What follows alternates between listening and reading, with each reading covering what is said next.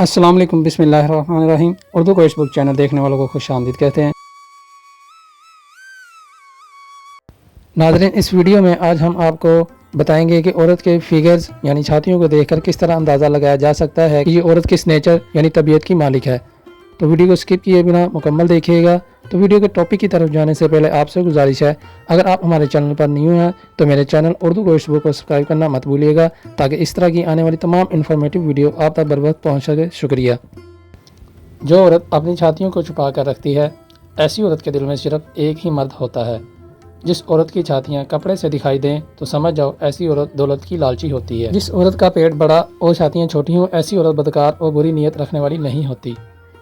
جو عورت بغیر دوپٹے کے گھومتی پھرتی ہے، ایسی عورت کو شہوت والے مرد کی تلاش رہتی ہے۔